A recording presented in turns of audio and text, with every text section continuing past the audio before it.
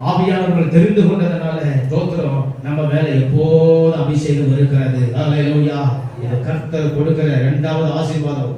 ஆவியானவர் நம்ம கூட இருப்பது பெரிய ஆசீர்வாதம், பெரிய ஆசீர்வாதம், பெரிய ஆசீர்வாதம், பெரிய ஆசீர்வாதம். அந்த அபிஷேகம் தான், அந்த ஆவியானவர் தான் உலக மனுஷனுக்கும் நமக்கும் பிரிவினைய ஸ்தோத்திரம் காட்டி கொடுக்கிற ஒரு ஸ்தோத்திரம் அபிஷேகம்.